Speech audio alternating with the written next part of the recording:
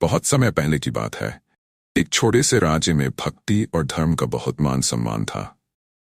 राजा से लेकर प्रजा तक सभी लोग ईश्वर की पूजा अर्चना करते थे और धर्म के मार्ग पर चलते थे। मंदिरों में हर दिन आरती होती और लोग अपनी भक्ति से परमात्मा को प्रसन्न करने की कोशिश करते थे। धर्मगुरु गांव गांव घूमकर लोगों को धर्म के महत्व और ईश्वर के प्रति श्रद्धा की बातें सिखाते थे। इस राज्य में सभी लोग मिलजुल कर रहते थे, कोई भी किसी से ईर्ष्या नहीं करता था। इस राज्य में एक युवक था जिसका नाम था आनंद। वह बहुत धार्मिक था और भगवान में गहरी आस्था रखता था। वह हर दिन सुबह सुबह उठकर भगवान की पूजा करता, मंदिर जाता और दिन भर दूसरों की सेवा में लगा रहता। आनंद का मानना था कि भक्ति और धर्म ही जीवन का सच्चा मार्ग है और यही इंसान को सही दिशा में ले जाते हैं। लेकिन समय के साथ राज्य में बदलाव आने लगे। धीरे धीरे लोगों की सोच बदलने लगी। आधुनिकता का प्रभाव बढ़ता गया और लोगों ने भक्ति और धर्म को पीछे छोड़ दिया।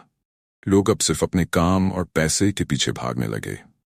मंदिरों में भीड़ कम होने लगी और धर्मगुरुओं की बातें कोई ध्यान से नहीं सुनता था। भक्ति और धर्म को जैसे सभी ने भुला दिया हो। आनंद इस बदलाव को देखकर बहुत दुखी हुआ। उसे समझ नहीं आ रहा था कि लोग भक्ति और धर्म से दूर क्यों हो रहे हैं। वह अपने दोस्तों से बात करता, उन्हें समझाने की कोशिश करता कि भक्ति और धर्म के बिना जीवन अधूरा है, लेकिन कोई उसकी बात सुनने को तैयार नहीं था। सब उसे पुराने जमाने की बातें कहकर हंसी में टाल देते। एक दिन आनंद अपने घर से निकलकर राज्य के सबसे बड़े मंदिर में गया। वहां जाकर उसने देखा कि मंदिर लगभग खाली पड़ा था। जहां पहले हजारों लोग भगवान की आरती में भाग लेते थे, अब वहां मुश्किल से 2-3 लोग दिखाई दे रहे थे। आनंद को बहुत दुख हुआ। वह मंदिर के एक कोने में बैठ गया और भगवान से प्रार्थना करने लगा। हे भगवान, ऐसा क्यों हो रहा है? लोग आपसे दूर क्यों हो रहे हैं? क्या भक्ति और धर्म का समय समाप्त हो गया है?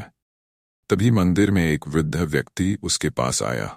वह साधारण वस्त्र पहने था और उसकी आंखों में एक गहरी समझ थी। उसने आनंद से पूछा, बेटा, तुम इतने दुखी क्यों हो? आनंद ने वृद्ध व्यक्ति को अपनी सारी बातें बताईं। उसने कहा, लोग अब भक्ति और धर्म को भूलते जा रहे हैं। सबको सिर्फ अपने काम और पैसे की चिंता है। भक्ति और धर्म जैसे विकलांग हो गए हैं जिनका कोई महत्व नहीं रह गया। वृद्ध ने उसकी बात सुनकर गंभीरता से कहा, बेटा, भक्ति और धर्म कभी विकलांग नहीं होते। यह तो इंसानों के दिल और दिमाग में होते हैं। अगर लोग उन्हें छोड़ देते हैं तो इसका मतलब यह नहीं कि भक्ति और धर्म का अंत हो गया है। असली सवाल यह है कि लोग भक्ति और धर्म से दूर क्यों हो रहे हैं। आनंद ने उत्सुकता से पूछा, तो फिर इसका क्या कारण है बाबा? वृद्ध ने कहा, कारण यह है कि लोग अब केवल बाहरी चीजों में सुख और शांति ढूंढने लगे हैं। भक्ति और धर्म को उन्होंने एक बोझ मान लिया है, जबकि असल में यही वह मार्ग है जो जीवन को सार्थक बनाते हैं। जब इंसान अपने आंतरिक स्वभाव और आध्यात्मिकता से दूर हो जाता है तो उसे भक्ति और धर्म बेकार लगने लगते हैं। असल में भक्ति और धर्म विकलांग नहीं हुए, बल्कि लोगों की दृष्टि और सोच विकलांग हो गई है। आनंद ने सोचा, लेकिन क्या अब भी लोग वापस आ सकते हैं? क्या भक्ति और धर्म फिर से उतने ही महत्वपूर्ण हो सकते हैं? वृद्ध ने मुस्कुराते हुए कहा, हाँ बिल्कुल। जब तक एक भी इंसान सच्ची भक्ति और धर्म में विश्वास करता है, तब तक इनका अंत नहीं हो सकता। तुम्हें अपना विश्वास बनाए रखना होगा और दूसरों को भी इसके महत्व को समझाने की कोशिश करनी होगी। याद रखो, भक्ति और धर्म किसी भी समय या युग के गुलाम नहीं होते। ये तो इंसान की आत्मा का हिस्सा है और जब आत्मा जागृत होती है तो भक्ति और धर्म फिर से फलने फूलने लगते हैं। ये सुनकर आनंद का दिल हल्का हो गया। उसने समझ लिया कि भक्ति और धर्म कभी विकलांग नहीं होते, बल्कि इंसान की सोच और दृष्टि बदल जाती है।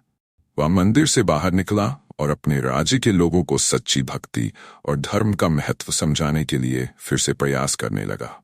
उसने हार नहीं मानी और धीरे धीरे लोगों की सोच में बदलाव आने लगा। समय के साथ राज्य में फिर से भक्ति और धर्म का महत्व बढ़ा और लोग समझने लगे कि भक्ति और धर्म जीवन के 2 पहिए हैं, जिनके बिना इंसान सही दिशा में नहीं चल सकता। और इस प्रकार भक्ति और धर्म फिर से मजबूत हो गए, क्योंकि असल में यह कभी विकलांग हुए ही नहीं थे।